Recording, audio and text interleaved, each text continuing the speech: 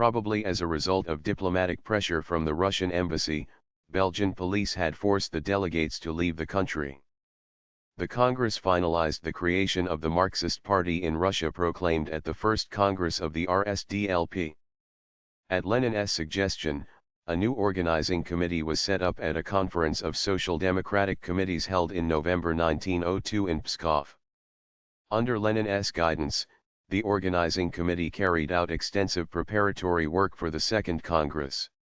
Draft regulations for the convening of the Congress were adopted at a plenary session held in Orel in February 1903. Following this plenary session, members of the organizing committee twice visited the local party organizations with a view to assisting them in their work.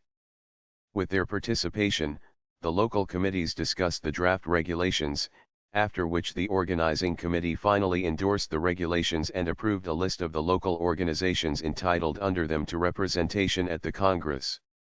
The organizing committee prepared for the Congress a detailed written report on its activities.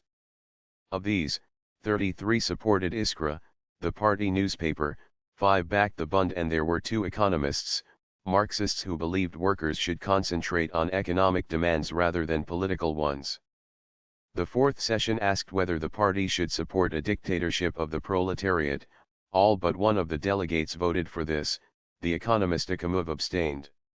This Congress is notable by the RSDLP becoming split into Bolsheviks and Mensheviks as a result of a dispute between Vladimir Lenin and Yuliy Martov over the major points of the party program.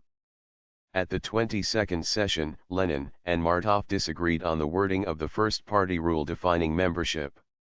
Lenin proposed a party member should be someone who recognizes the party's program and supports it by material means and by personal participation in one of the party organizations. Martov's wording was slightly different, regular personal association under the direction of one of the party organizations.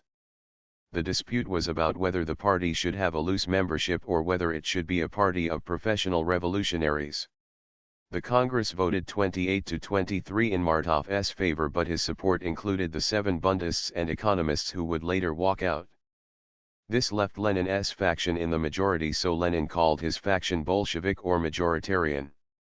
Incredibly, Martov accepted this, calling his faction Menshevik or minoritarian.